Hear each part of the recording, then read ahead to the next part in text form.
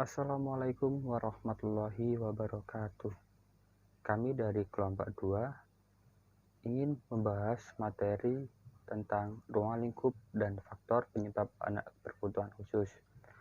Sebelumnya, perkenalkan nama saya Muhammad Baibarudin, NIM 072, dan Risma Nursanti, NIM 042. Yang pertama adalah ruang lingkup anak berkebutuhan khusus. Pengertian anak berkebutuhan khusus menurut Heward adalah anak dengan karakteristik khusus yang berbeda dengan anak pada umumnya, tanpa selalu menunjuk pada ketidakmampuan mental, emosi, ataupun fisik. Istilah lain bagi anak berkebutuhan khusus adalah anak luar biasa dan anak cacat. Anak dengan berkebutuhan khusus dapat diartikan secara simpel sebagai anak yang lambat atau mengalami gangguan yang sangat sukar untuk berhasil di sekolah sebagaimana anak-anak pada umumnya. Sedangkan menurut Ritter Desgrum 2007, anak berkebutuhan khusus adalah anak secara pendidikan memerlukan layanan yang spesifik yang berbeda dengan anak-anak pada umumnya. Jadi, dapat disimpulkan bahwa anak berkebutuhan khusus merupakan kondisi di mana anak tersebut memiliki perbedaan dengan kondisi anak pada umumnya dan memerlukan penanganan khusus karena adanya gangguan perkembangan dan kelainan yang dialami anak. Selanjutnya adalah istilah anak berkebutuhan khusus. Ada beberapa istilah lain yang digunakan untuk menyebut anak berkebutuhan khusus. Yang pertama, impairment merupakan suatu keadaan dan kondisi di mana individu mengalami kehilangan atau abnormalitas psikologi atau fungsi struktur anatomi secara umum pada tingkat organ tubuh. Contohnya, seorang yang mengalami amputasi satu kaki, maka ia akan mengalami kecacatan kaki. Yang kedua, disability merupakan suatu keadaan di mana individu menjadi kurang mampu melakukan kegiatan sehari-hari karena adanya kegiatan impairment seperti kecacatan pada organ tubuh. Contohnya, pada orang yang cacat kaki, dia akan merasa berkurangnya fungsi kaki untuk mobilitas. Yang ketiga, handicap, suatu keadaan di mana individu mengalami ketidakmampuan dalam bersosialisasi dan berinteraksi dengan lingkungannya. Hal ini dimungkinkan karena adanya kelainan dan berkurangnya fungsi organ individu. Contohnya, orang yang mengalami amputasi kaki, dia akan mengalami masalah mobilitas, sehingga dia akan memerlukan kursi roda. Adapun anak berkebutuhan khusus dikategorikan menjadi dua macam, yaitu anak berkebutuhan khusus yang bersifat sementara, temporer, atau anak berkebutuhan khusus yang bersifat permanen. Anak berkebutuhan khusus yang bersifat temporer atau sementara merupakan anak yang mengalami hambatan belajar dan hambatan perkembangan yang diakibatkan oleh faktor-faktor eksternal. Misalnya, anak yang mengalami gangguan emosi karena trauma sehingga anak ini tidak dapat belajar. Pengalaman traumatis seperti itu bersifat sementara, tetapi apabila anak tidak mendapatkan intervensi yang tepat, boleh jadi akan menjadi permanen. Yang kedua, ada anak berkebutuhan khusus yang bersifat permanen.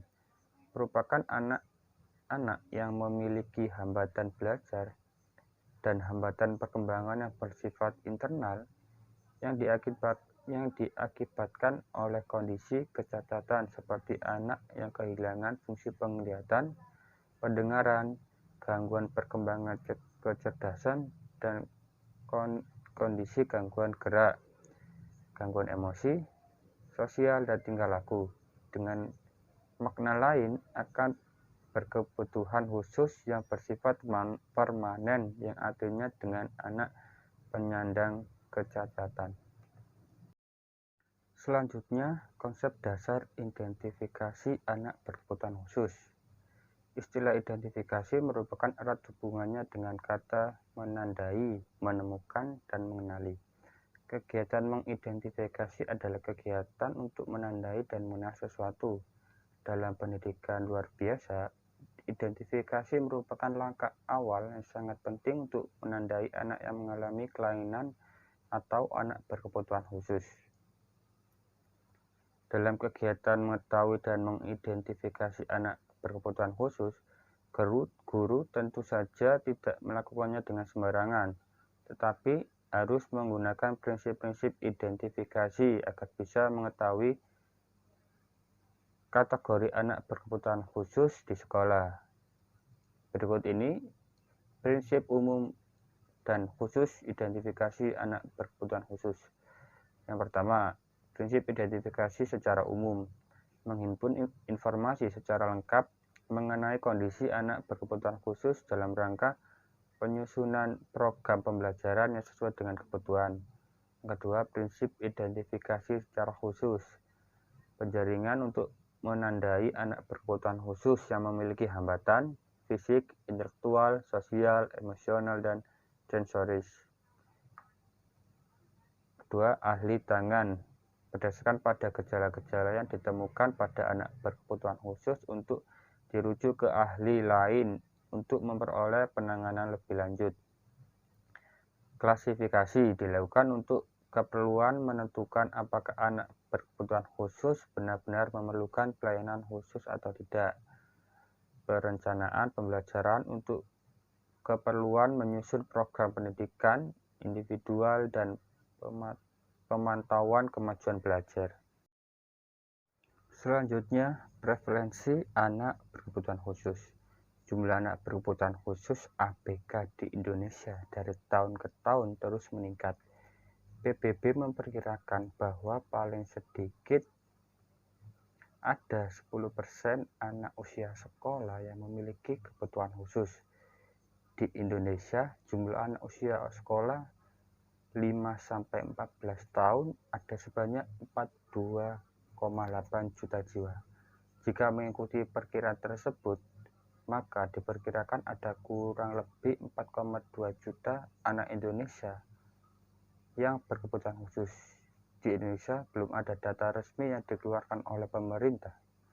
Menurut data terbaru, jumlah anak berkebutuhan khusus di Indonesia tercatat mencapai 1.544.184 anak dengan 337.64 anak, 21% berada dalam rentang usia 5-18 tahun. Jumlah tersebut hanya 85,737 jiwa anak berkebutuhan khusus yang bersekolah. Artinya terdapat 245.027 jiwa anak berkebutuhan khusus yang belum mengenyam pendidikan di sekolah, baik sekolah khusus ataupun sekolah inklusi. Keberadaan anak berkebutuhan khusus di Indonesia masih kurang mendapatkan perhatian apabila dibandingkan dengan keberadaan orang-orang berkebutuhan khusus di luar negeri yang begitu didukung oleh fasilitas dan sarana yang memadai. Selanjutnya, saya akan menjelaskan tentang faktor penyebab anak berkebutuhan khusus. Jadi, faktor penyebab anak berkebutuhan khusus dapat dilihat dari waktu kejadian yang dapat dibedakan menjadi 3 klasifikasi. Yang pertama yaitu faktor prenatal atau kejadian sebelum kelahiran. Yang kedua yaitu faktor perinatal atau saat kelahiran. Dan yang ketiga yaitu faktor paskanatal atau penyebab yang terjadi setelah kelahiran. Untuk yang pertama, saya akan menjelaskan tentang faktor prenatal. Faktor prenatal atau penyebab terjadinya kelainan anak semasa dalam kandungan atau sebelum proses kelahiran. Ada beberapa hal yang menyebabkan terjadinya kelainan pada bayi sebelum kelahiran, yaitu yang pertama infeksi kehamilan, yang kedua gangguan genetika, Gangguan genetika ini dapat terjadi akibat kelainan kromosom, transformasi yang mengakibatkan keracunan darah atau faktor keturunan. Yang ketiga yaitu usia ibu hamil. Jadi di sini usia ibu hamil yang beresiko dapat menyebabkan kelainan pada bayi. Usia ibu hamil yang dapat beresiko yaitu usia ibu hamil yang terlalu muda, ataupun juga yang usia ibu hamil yang terlalu tua. Yang keempat yaitu keracunan saat hamil. Yang kelima, penyakit menahun atau TBC. Jadi pada ibu hamil yang mengidap TBC dapat mengganggu metabolisme tubuh ibu dan janin sehingga bayi tidak tumbuh secara sempurna.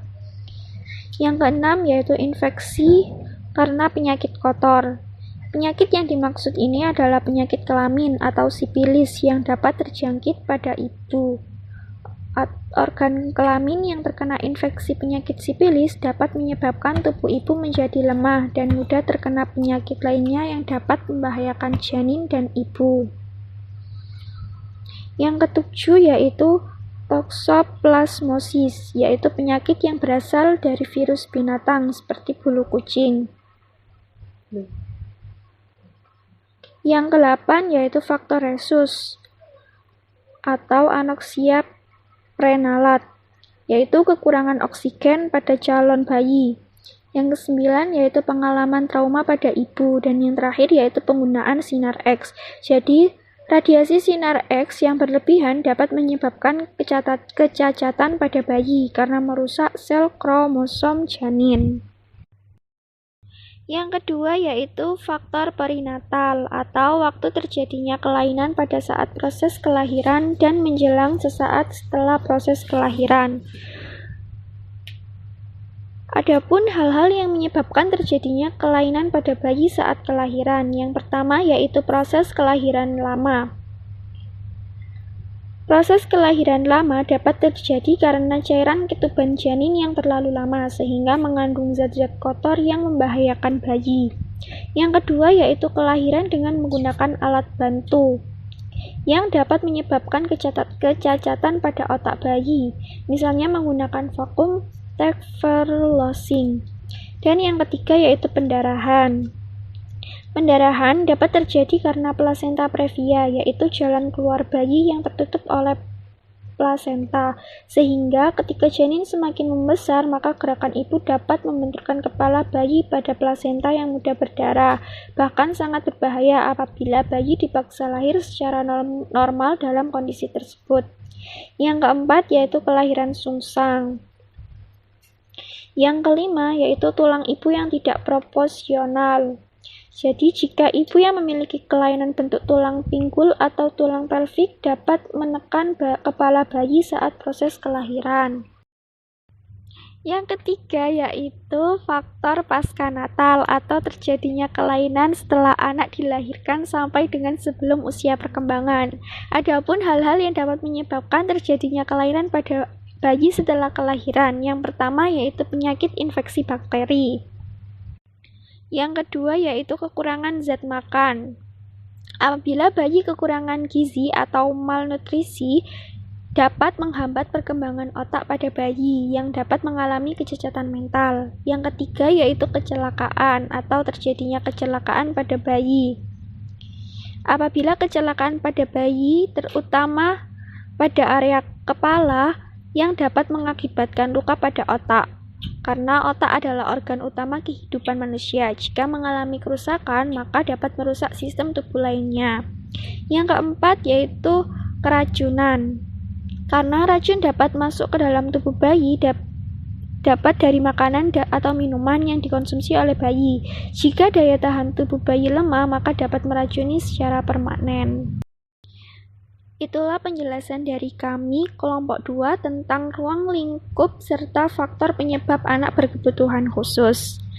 Selebihnya, mohon maaf apabila ada salah kata. Wassalamualaikum warahmatullahi wabarakatuh.